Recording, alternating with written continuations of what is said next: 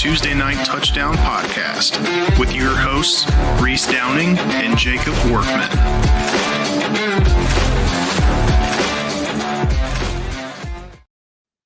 What is up, everyone? Tuesday Night Touchdown Podcast, NCAA edition, week 1 picks. We got through week 0 last week where there were only, 5 games. Overall, pretty successful week.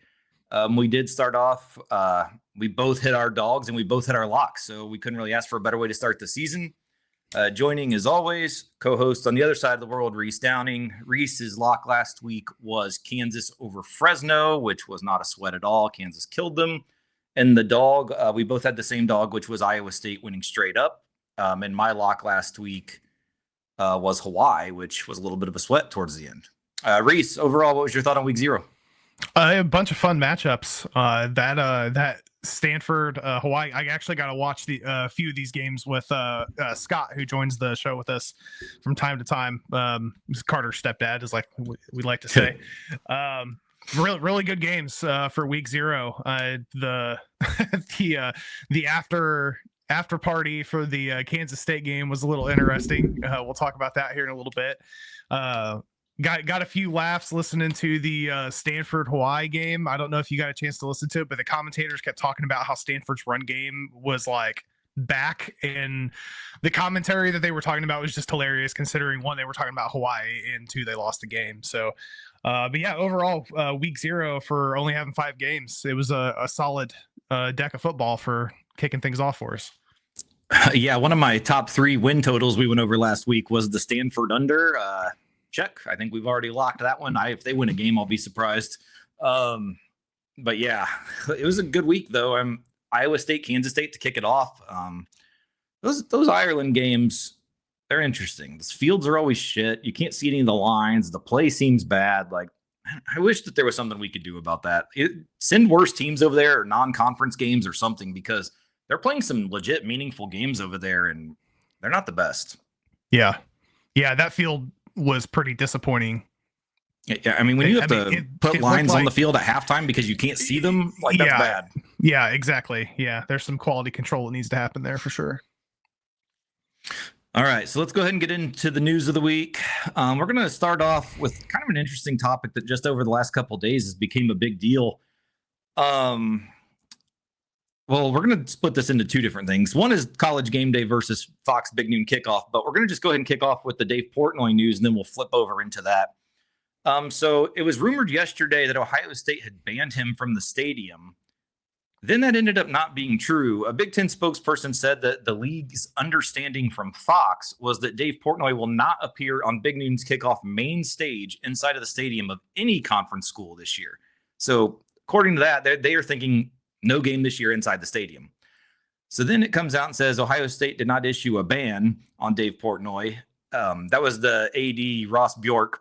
He confirmed that Fox decided Portnoy would not be on the main desk of Big Noon Kickoff, and those not on the desk do not normally appear on the field. Those are Fox decisions, he emphasized.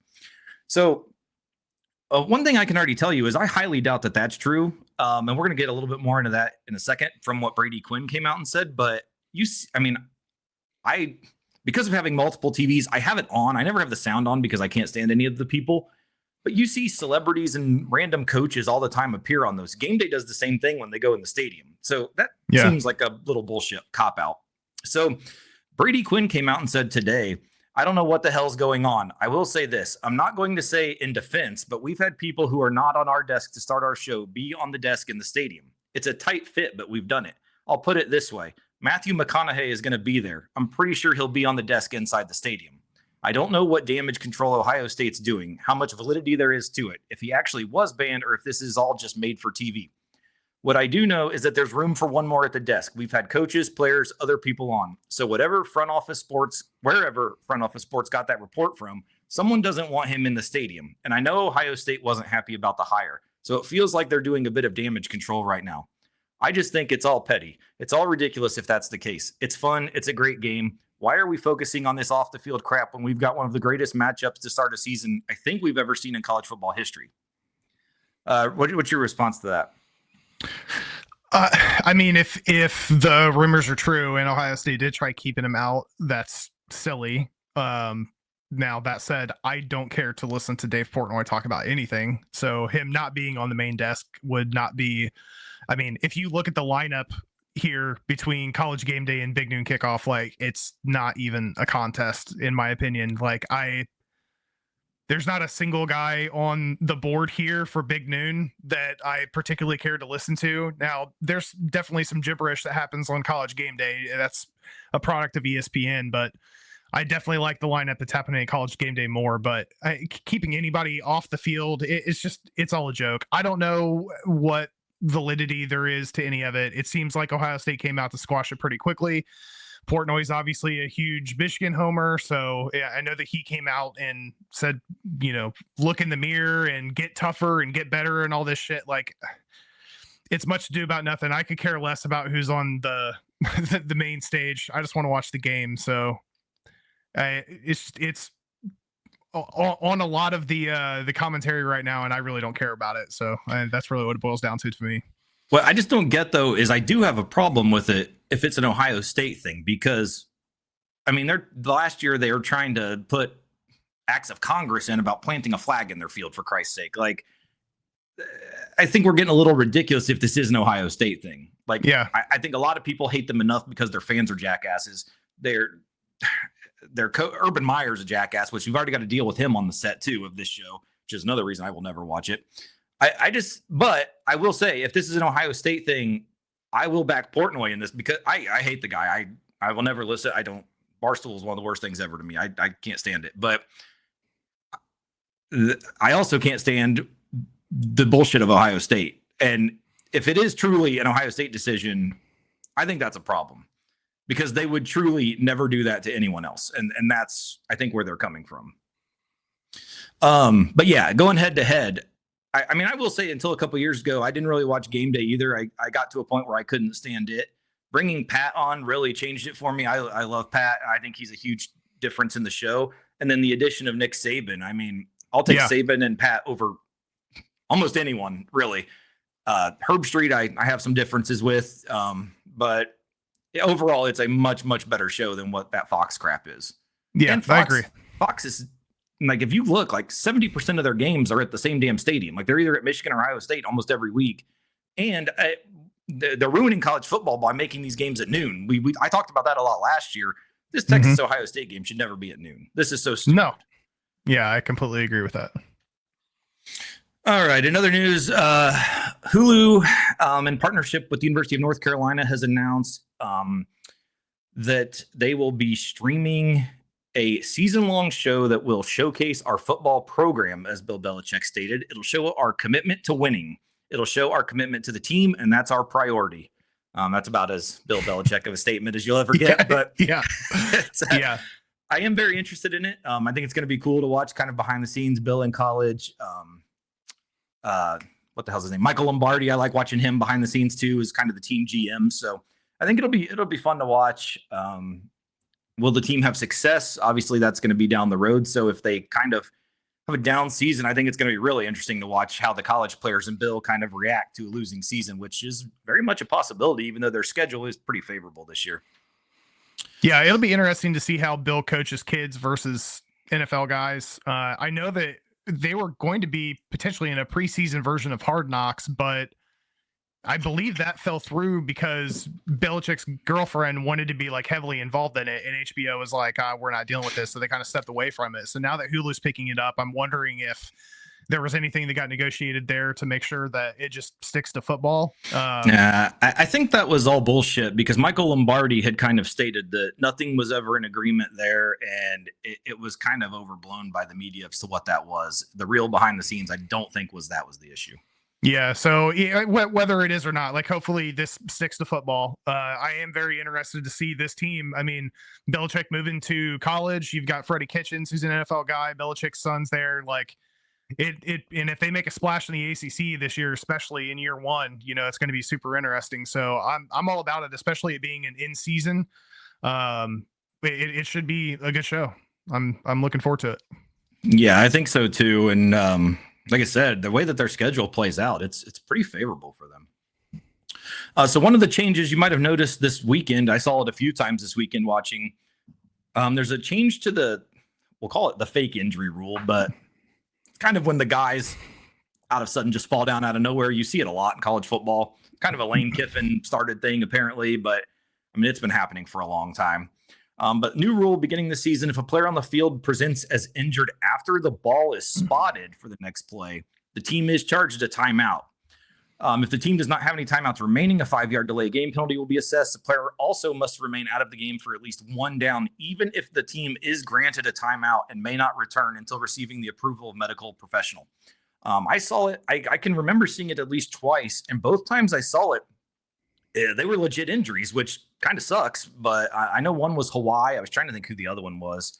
I feel like it might have been in the first game. It might have been an Iowa State or Kansas State player, but the ball had just been spotted and the guy fell. But I mean, he was legitimately hurt. He was limping. He was out for a while. So I mean, it kind of sucks that, and I get why they're doing it. But the other thing that I can't stand is, and this one was part of the Iowa State Kansas State game, is they still did nothing to eliminate that stupid ass late substitution where if the offense subs, they let the defense take 95 hours to sub, and then the offense either gets a delay a game or has to call a timeout. I think that's something that needs changed because it goes along the lines with this. It's kind of just a bullshit style of football. But I mean, obviously there's no way to control if a guy's hurt, but I feel like we can control the speed that the substitutions are happening also. I think they should just let them snap the ball after a certain amount of time. Yeah, I mean, maybe the rules, like if the ball's spotted, then there are no more substitutes. Like, I don't know how. I think it's going to be messy because, I mean, how injury or not, especially if he's going to be out 2 or 3 plays, like at the end of the day, he could have had a cramp or something. You know what I mean? Like, I don't know exactly how they're going to be able to measure this and make sure that it's called accurately.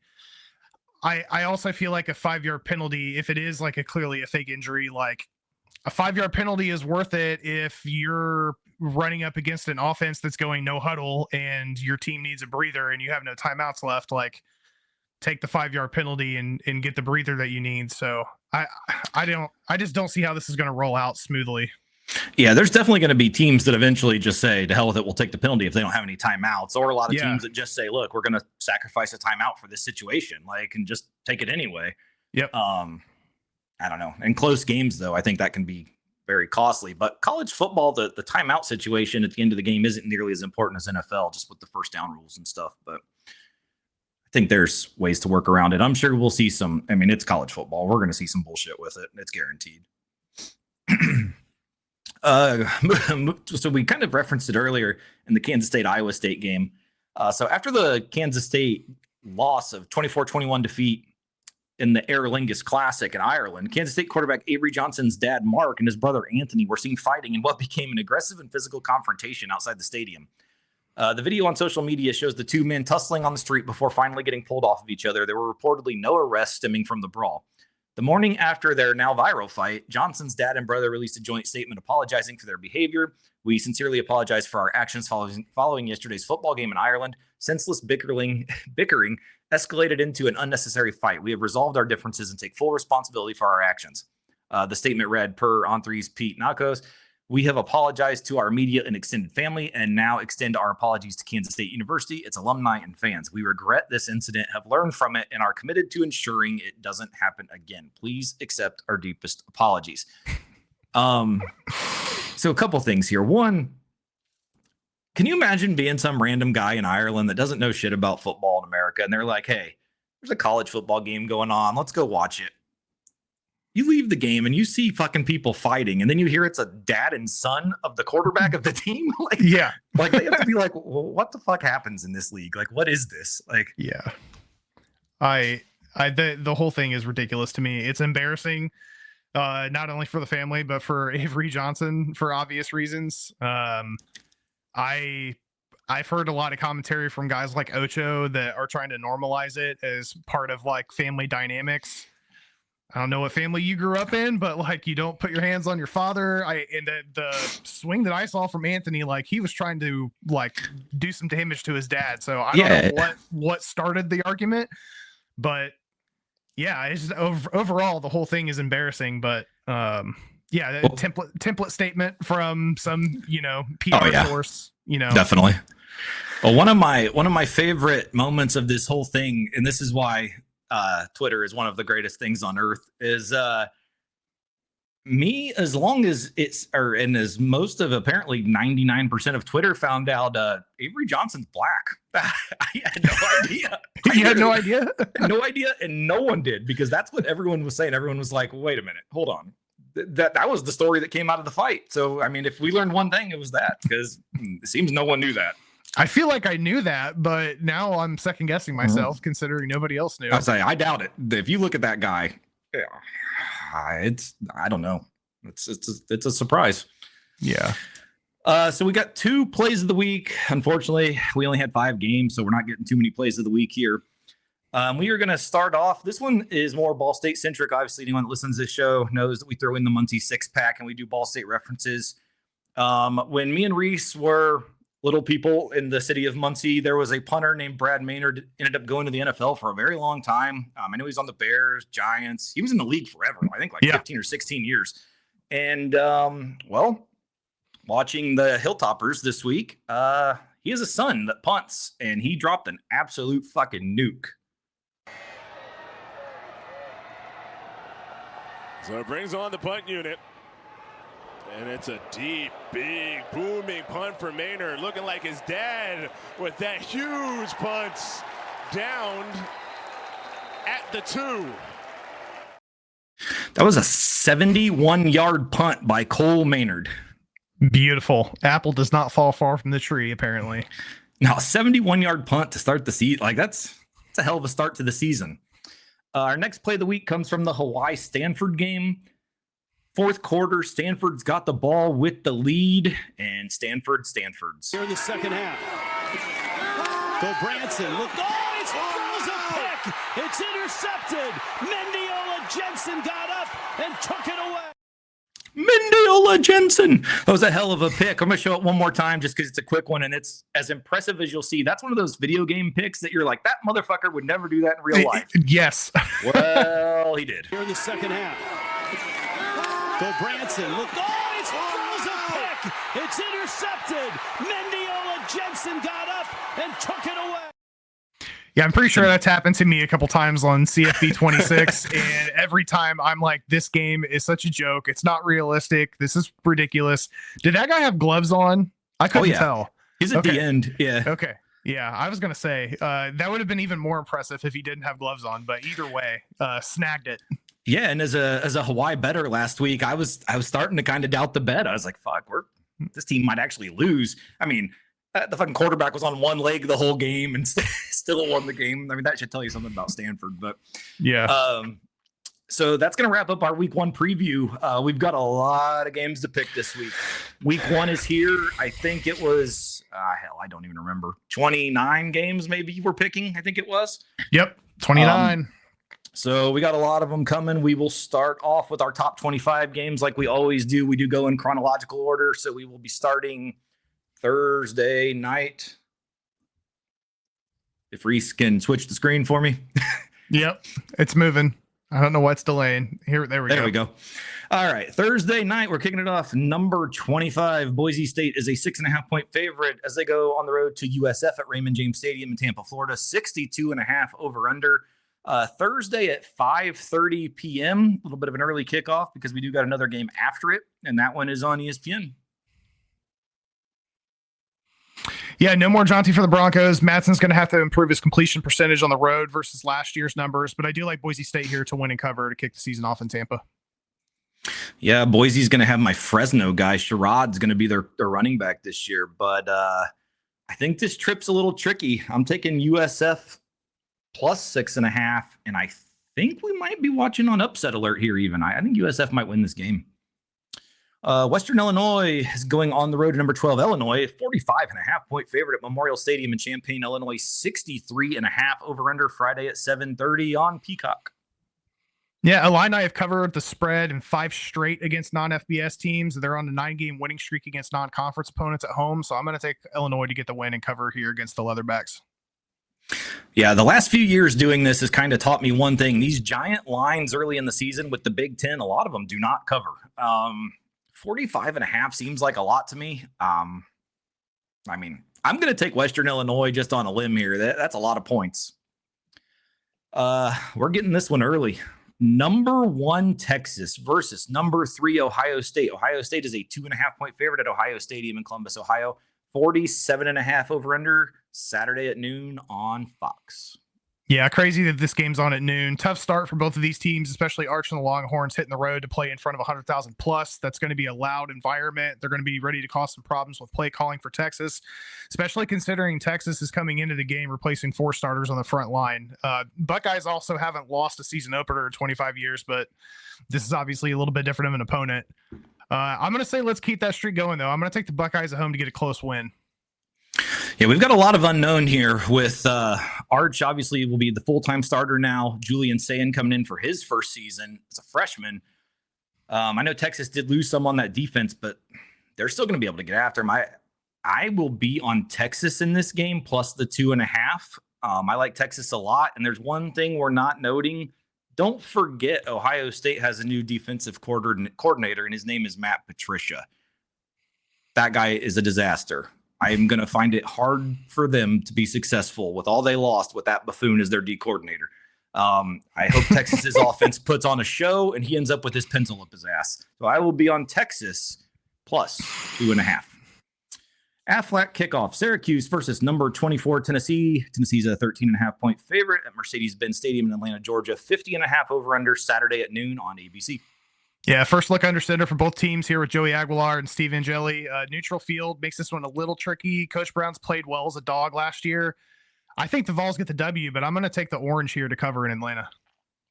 I'm the same way. I think this is too many points for Tennessee. Both teams kind of have a little bit to prove to me, but I do like Syracuse in a little bit of a situation or better situation than Tennessee. Plus, I just think that's too many points. Old Dominion ODU is going on the road to number 20 IU. IU is a 23.5-point favorite at Memorial Stadium in Bloomington, Indiana. 54.5 Saturday at 2:30 on the One for Fun. There we go. First time of the season here. Hoosiers kicked the season off against a team that almost beat South Carolina in week 1 last year. But I think this IU defense, Cal transfer Mendoza is going to take care of business. So let's light the first sig of the year here. I'm going to go with IU minus the points. Yeah, ODU is a good team, but I think IU with Mendoza, I think that's going to be a sneaky team this year. Mendoza is a stud. He was kind of overshadowed because Cal wasn't very good, but he's going to come in and fit very well into that offense. I'm on IU also. Number 8, Alabama, 13.5-point favorite going to Florida State at Doak Campbell Stadium in Tallahassee, Florida. 50.5 over under Saturday at 3:30 on ABC. Yeah, I'm honestly a little bit surprised by where this line is sitting. I know weather may be a factor. I know Norval's not going to want to start the season with a huge home loss, but this is a tough kickoff to the season. Big Tommy C also gave Bama some extra juice here with some of his commentary. I think DeBoer and Grubb are going to come in and cash the check, so I'm going to take Bama here to win and cover. Yeah, there's just so much unknown in this game. Obviously, we've got Simpson starting on the road, and Florida State's going to have it rocking. That will be a hostile environment, even for 3:30 on a Saturday. All we have is hope at this point. So the crowd's going to be going nuts. I think with Castellanos mixed with Williams and the freshman quarterback that we have, or freshman running back that we have, plus the mix of Gus Malzahn, there's going to be a lot of shenanigans, I think, going on. And our running game is very good. I think it's going to be a very good running game with all the options that we have. Bama's defense last year, that was their downfall, was the run. I'm going to say this. I'm taking Bama to cover 13.5. As a Florida State fan, I'll give you the key to the game, though. If we can get 200 yards rushing, I think we're in this at the end. And with Gus Malzahn's offense, I don't think that's that far-fetched. And the thing with Florida State is we're all transfers. Like it's hard to know what this team is going to be because it's literally transfers everywhere. So and new coordinators on both sides of the ball. So, it's literally like brand new program in a lot of ways, right? Take last year out. Obviously last year was shit, but last year was last year. We can't be based off that. We've got a whole new team. So I'm going with Bama. Obviously, if you paid attention last week, I picked Bama to win the national title. So I obviously think they're a pretty good team. Them being without GM Miller in the first game also, I think, is a big deal for their run game. But we'll see how it goes. I would normally say Florida State has a corner that can match up with a guy like Ryan Williams. This year, I'm not sure we do. We lost Oz last year. So, I mean, there's plenty of guys to come step to the table. So we'll see what happens. But I am on Bama minus the 13.5 in this one. But I am very excited for this game. Nevada versus number 2, Penn State. Penn State's a 44.5 point favorite at Beaver Stadium, University Park, Pennsylvania. 57.5 over under Saturday at 3:30 on CBS. Yeah, it's a tough spread to kick off the year for Penn State, especially against a team that covered a couple big spreads against solid opponents last year. Franklin's bunch should coast in this one. I've gone a little bit back and forth because this is similar to that spread that the Illini are facing right now. But I'm going to go ahead and go with Penn State at home to win and cover. Yeah, and the thing that gets me with this one is I'm actually going to be on Nevada plus the 44.5, but Franklin does usually know the lines, and he does usually try to cover. That's the only thing that kind of scares me in this, but that's a huge line. So I'm going to be on Nevada just hoping they can get maybe 10 or 14 points because I think they'll cover if they can do that. Marshall's going on the road to number 5, Georgia. Georgia's a 39.5 point favorite at Sanford Stadium in Athens, Georgia. 55.5 over under Saturday at 3:30 on ESPN. Yeah, we talked about this a bit in the kickoff show. Neither of us are really sold on Gunnar Stockton. That said, this is a good kickoff game for them, for him especially as the new starter. Marshall did bring in a lot of new starters, so it's going to take some time for that team to come together. I'm going to take the dogs here to win and cover. Yeah, I'm going to stick with Marshall. Again, I just think it's too many points for a team that we don't know enough about yet. And again, this is kind of one of those, if Marshall can get to 10 or 14, I think they'll cover. So, I mean, I'm putting a lot of faith in these underdogs, just hoping they can get to 10 to 14 because I do think they'll cover if they get there. But, week 1 this is what we get a lot of, unfortunately. South Dakota is going on the road to number 22, Iowa State. Iowa State's a 14.5 point favorite at Jack Trice Stadium in Ames, Iowa. 47.5 over under Saturday at 3:30 on Fox. Yeah, we're starting to dive into some of these FCS teams that are looking pretty good. Dakota is not a team to sleep on. They went 11-3 last year, I believe. I think Iowa State's going to get the win, but I'm going to take the points here. Yeah, it's hard because teams coming back from Ireland, they're not even taking the time off like most teams do. I'm going straight into a game week. I think Iowa State will ride off of that momentum, though. The line's just low enough for me that I like it, so I will take Iowa State minus the 14.5. Montana State's going on the road to number 7, Oregon. Oregon's a 27.5 point favorite at Autzen Stadium in Eugene, Oregon. 56.5 over under Saturday at 4 on the Big Ten Network. Yeah, another team you shouldn't sleep on in Montana State. They are good enough to win the FCS, especially with that run game. So long as Dante Moore shows up, Oregon should kick the season off with a win and cover.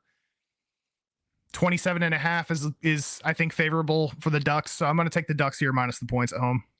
I think this is the typical trap line. I think they put it under 28 for a reason. They want people to take Oregon. The Dante Moore questions are still there. Montana State is very good. I'm taking Montana State plus the points. Illinois State going on the road to Oklahoma. Oklahoma's a 36.5 point favorite at Memorial Stadium in Norman, Oklahoma. 60.5 over under Saturday at 6 on ESPN Plus and the SEC Network Plus. Illinois State finished 10-4 last year. Their one FBS matchup, they got blanked by Iowa. Oklahoma walk here. I'm going to take the Sooners to win and cover. Yeah, I'm on Oklahoma too. I can't wait to watch this game because I was a big fan of John Mateer. I can't wait to see what he does at Oklahoma. I think that their offense is going to be pretty electric in this game. They might be up 28-35 at halftime. So I do like the 36.5 here. We do not have a line for this one. I know it's Long Island, one of my favorite drinks, versus Florida at Ben Hill Griffin Stadium. If there were a line, I would take Long Island because they're the Sharks and I like them. And I hate Florida. So easy as that. I did see DJ Lagway is starting. I know he's been kind of hit miss with some injuries in the offseason, so we'll see what that looks like. But no line. If we do get one by the end of the week, we'll post it on our social medias, our picks. But as of now, no line for that. North Dakota. The only comment I had on this game was that we went to Ball State, but Jacob Workman went to Long Island University the entire time we were there. Hell yeah. Love Long Island University. And the fact that they're the Sharks too. Like that's what a fucking school. I might have to get a shirt from them. I'll wear it next week if they win. North Dakota is going to face Kansas State. Kansas State's a 25.5 point favorite at Bill Snyder Family Stadium in Manhattan, Kansas, the Little Apple. 55.5 is the over under Saturday at 7 on ESPN Plus. Yeah, Kansas State's going to have to clean up the mistakes against a team in North Dakota that is also not a shoe-in win by any means. The Wildcats defense, I did think played well last week, should be able to maintain a solid enough lead here to cover. So I'm going to take Kansas State minus the points, although this potentially Well, the line moved a little bit. I was worried about this potentially being a push, but I think Kansas State's going to be all right. Yeah, you'd have to think. I mean, if the fucking parents are willing to fight in the parking lot in Ireland, that the team should come back with some fight too. I know it's not like an easy pushover game, but I think that they need to rebound here in a big way. So I'm going to be on Kansas State minus 25.5 also. One little note here. So if anyone watched last year pretty consistently, we were pretty big on this tweet that I'm about to put on the screen. So St. Bill Snyder had started the year last year that said, if K-State loses to BYU, I'll shove a beefy 5-layer burrito up my ass. Needless to say, the Mormons came through and the 5-layer burrito was in St. Bill Snyder's ass. So let's take that to this year. We've got a new one from St. Bill Snyder. If we lose to North Dakota next week, I'm kicking my dad's ass, which is absolutely hilarious. So I can't wait to see the response this week. I'm actually rooting for North Dakota just to see the response to this, because it might be a video of this guy kicking his dad's ass. If you're willing to stick a beefy 5-layer burrito in your ass, then you're probably willing to beat your dad's ass too. So, two things here. One, I think that Twitter X account may be ran by Anthony Johnson, I believe is his name. Avery. And second, Avery. Well, no, it's Anthony. Is his brother, right? That's the one who, he's the one who got in the fight with his dad. Yeah. Second thing is I just now realized, I don't know how many times you pulled that tweet up, but you got that screenshot an hour after that guy posted that. That's pretty impressive. Yeah, I mean, I don't know if you know this, but when college football's on, I'm watching every fucking game imaginable, and I'm on Twitter like a madman. College football is the king. I cannot wait for this fucking weekend. We're so close. Last week was just a little tickle of the undercarriage. It was, but this week we got the full deal. It's going to be incredible. Tickle of the undercarriage. I don't even know where we're at. UTSA, the Roadrunners, after a struggling season last year, I think they're going to be much better this year. Going on the road to our favorite people. Now let's go ahead and do that yell together. Pass it back, Ags. Texas A&M, the number, 19 team in the country at minus 24.5. Kyle Field College Station, 57.5 over under Saturday at 7 on ESPN. Yeah, 7 p.m. game in Kyle, second year for Elko. I actually thought this spread might be a little bit larger. I think the Aggies are going to kick the season off with a solid win, so I'll take A&M. Go ahead and play it again if you want. Pass it back, Ags. Well, hold on a second. Don't sleep on UTSA. I do think they're going to be much improved compared to last year. I think they might even be in the running to win the conference this year, but Marcel Reed, Kyle Field, first game of the year. Now let's go ahead and do that yell together. Pass it back, Ags. Hump it, Ags. 1, 2, 3. I can't stand for the ass slap that was coming, so we're going to turn that off. All right, we got a big one. Number 9, LSU is going on the road to number 4, Clemson. Clemson's a 3.5-point favorite at Memorial Stadium. I believe that's Memorial Stadium number 4 for the rundown of the top 25. In Clemson, South Carolina, 57.5 over under Saturday at 7:30 on ABC. Yeah, interesting matchup here. Leprechaun hasn't won an opener in 6 years, which makes this scary. Clemson did go 0-for against SEC teams last year. Hell of a QB showdown. I'm not sure who wins this. I think it is going to be a very tight game. I've got LSU going relatively far into the playoffs this year. I think Clemson's going to pull a win out on this, but I don't like that 0.5, so I'm going to take LSU here plus the points. LSU with the hook. Yeah, I'm on LSU. I actually like LSU straight up. I think Kelly's eventually got to get over that first game of the season funk. I mean, I will give them credit. They're playing good teams at least. And only one of them. Well, actually, no, that wasn't even a home game when they played Florida State. That was at the Superdome because we played neutral site back to back. So really, they haven't even played any of these huge games at LSU either. I think next year, I don't know if this is a home and home or not. If it's a home and home, then next year they'll finally get one, I guess, with Clemson. But yeah, I like LSU in this one. I do think both of these teams are going to be very good. I think it's going to be a very fun game to watch. Honestly, two pretty evenly matched teams. Two rare situations with Nussmeier and Klubnik both being back at quarterback. We don't see a lot of that this year in college football, so it's going to be fun to see that matchup to start the season. But I will be on LSU. New Mexico is going on the road to number 14, Michigan. Michigan's a 34.5-point favorite at Michigan Stadium in Ann Arbor, Michigan. 49.5 over under Saturday at 7:30 on NBC. Yeah, New Mexico comes into the big house with a couple boys from Idaho with Coach Eck and Jack Lane under center. Michigan has not done well as of late covering spreads like this, and they are bringing in a freshman quarterback to run the offense. I'm going to take the points here, even though I think Michigan should win this one pretty handily.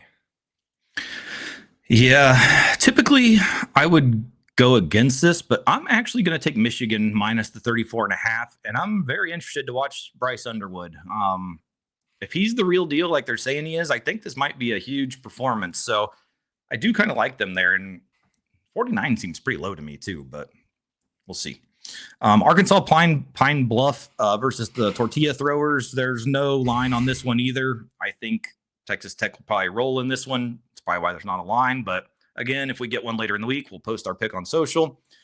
Georgia State is going on the road, number 21, Ole Miss. Ole Miss is a 35.5-point favorite at Vaught Hemingway Stadium in Oxford, Mississippi.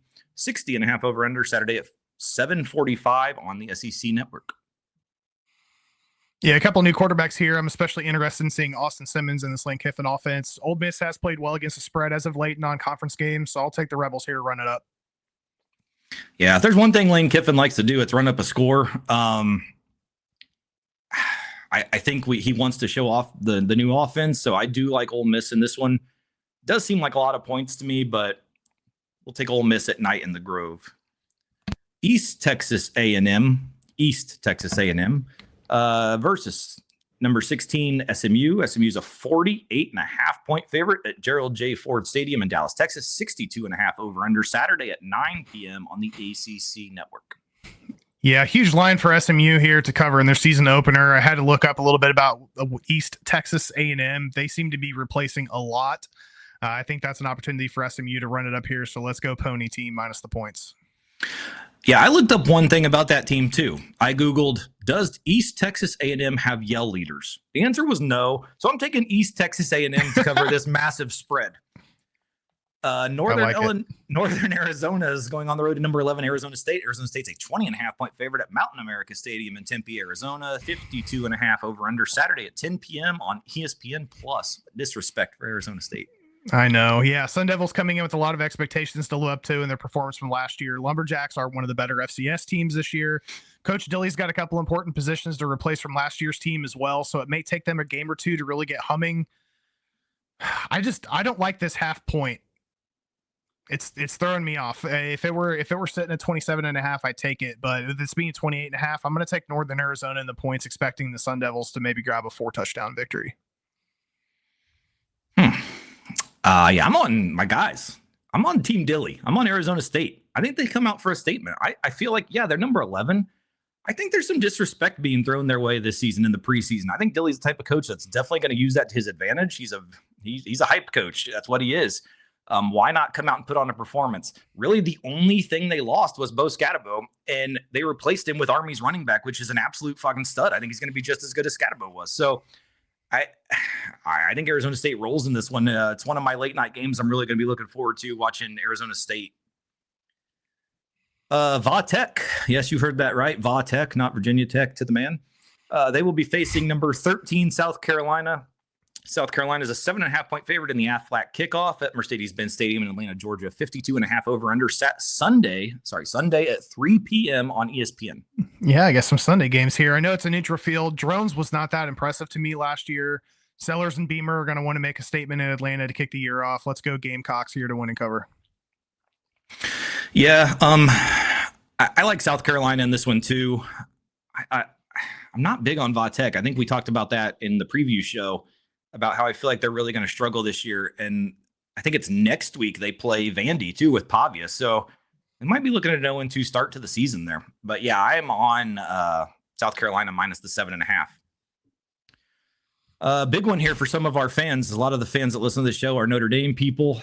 Number 6 Notre Dame is a 2.5-point favorite versus number 10 Miami at Hard Rock Stadium in Miami, Florida. 49.5 over under set Sunday night at 7:30 on ABC.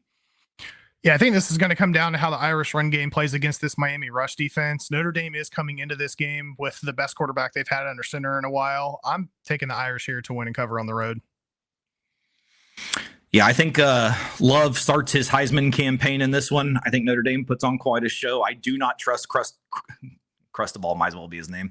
I do not trust Cristobal, and I don't like Carson Beck either. So I don't know. And 2.5 is not enough for me in this one. I'm on Notre Dame minus 2.5.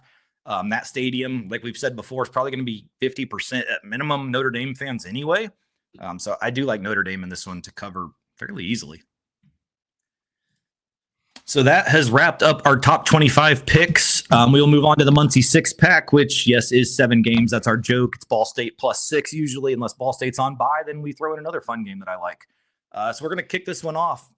This is one of my favorite games of the week, Thursday night. I think this one's going to be sneaky.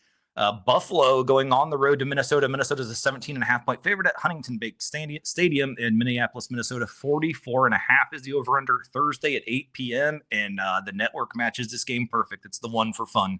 That's right. Yeah, both teams coming off bowl wins. I expect the Gophers to get the home win here, but I do think Buffalo keeps this close enough at a minimum. I'm going to take the Bulls here plus the points.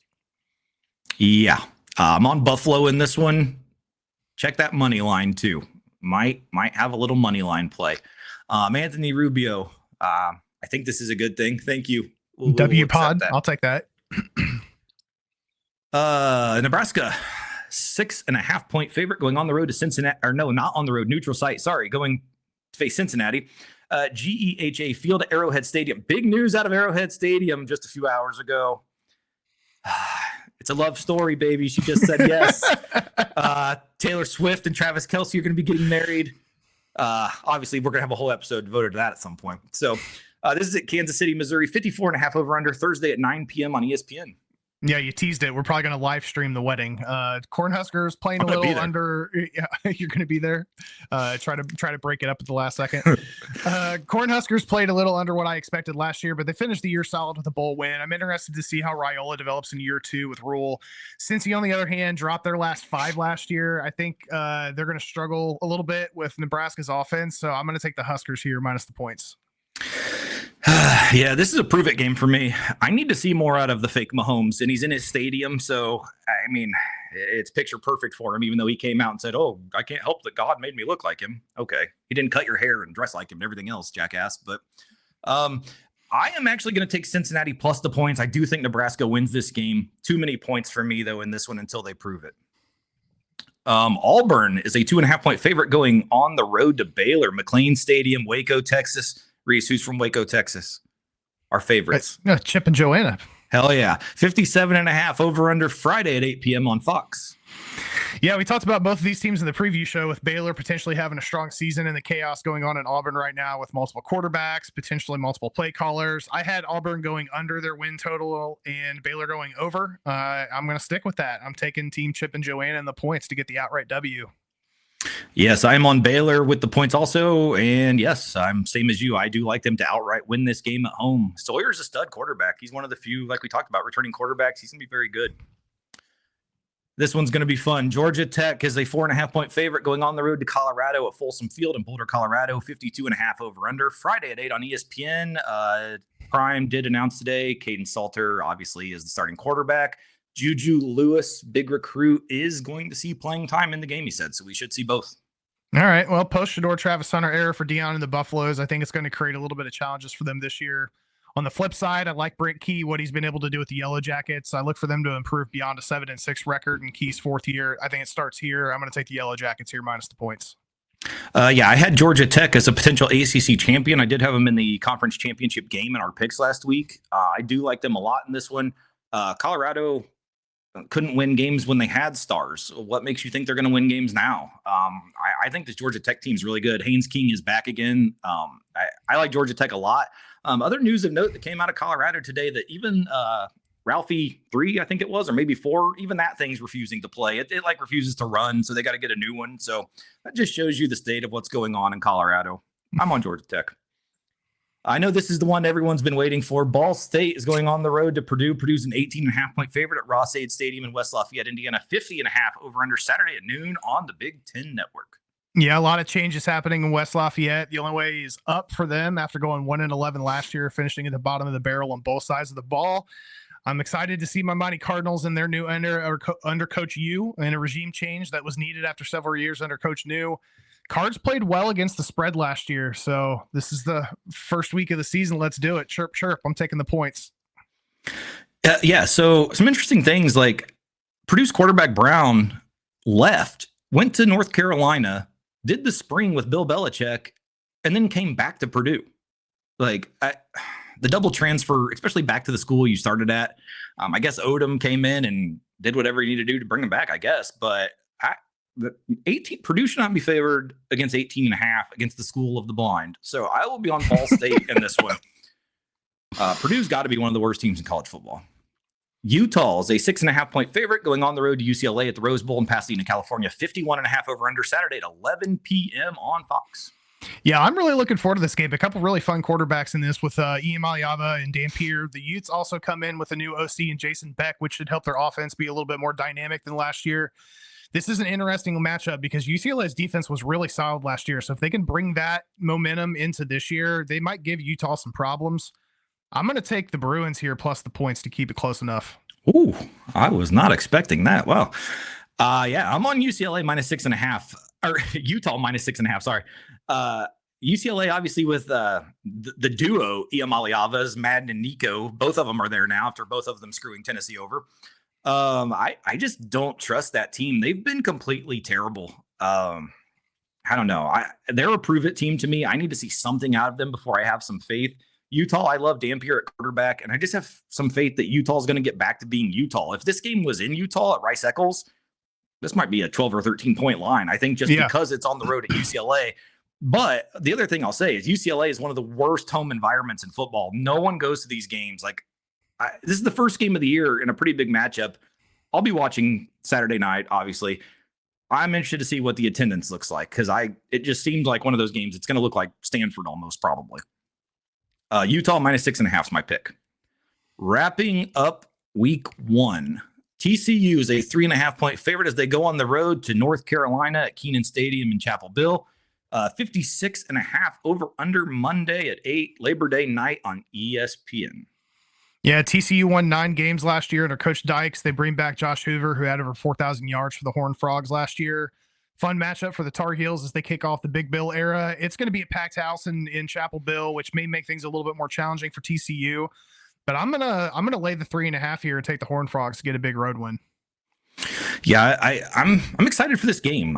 TCU should be a very good team this year. North Carolina's schedule is very favorable, so I think they're going to end up with a pretty good record at the end of the season. I do want to see Gio Lopez. I think he's going to be exciting in this offense. A little interested to see how they use him exactly, but and what Bill Belichick just brings to college football, like what kind of styles he brings. If there's one thing that you have to expect is it should be a very disciplined team. Like you shouldn't expect any bullshit. So I think that will improve them. That'll probably even win them a couple games just because of nonsense like that being better at. But I am going to go for the road team on this one. The Belichick era starts off 0-1. I'm going to take TCU to go ahead and get that cover on Labor Day night. So that will be the end of our week 1 picks. It is now time for our lock of the week. Reese, what's the lock? I am going to throw one out for my boy Big Will in the Big Brother household. I am going to go with South Carolina here, minus 7.5 against Va Tech.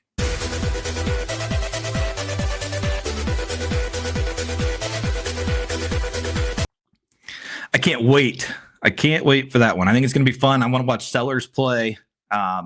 Still very skeptical of Va Tech this year, so we'll see how that game goes. But I do like what Sellers does. I'm interested to see how South Carolina is going to look.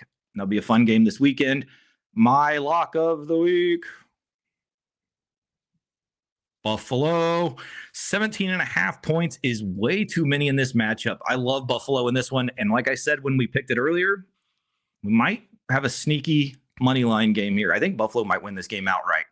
There's a few games this week. The MAC might win some games. Toledo's playing Kentucky, too. It's not one we picked. We got to watch out for that one, too. I think Toledo might end up with a sneaky win in that one, too. So those are our locks of the week. The dogs. Let me get the Carter Howe in. Reese, what's your dog of the week? My dog of the week is Baylor plus 112 against Auburn. I think they're going to get it done at home, win one for Chip and Joanna. Yeah, Chip's going to be on the field for that one. I think that's going to be a big one. I like Baylor in that one as well. My dog of the week is, It's only plus 106, but I mean, it's a pretty big win. I'm going to take Texas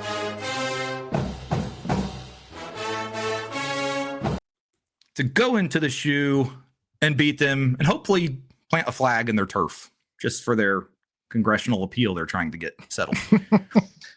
So Reese on Baylor is his dog of the week. I'm on Texas as my dog of the week. That is it, everyone. Week 1 is done. That is all the games. We will be back.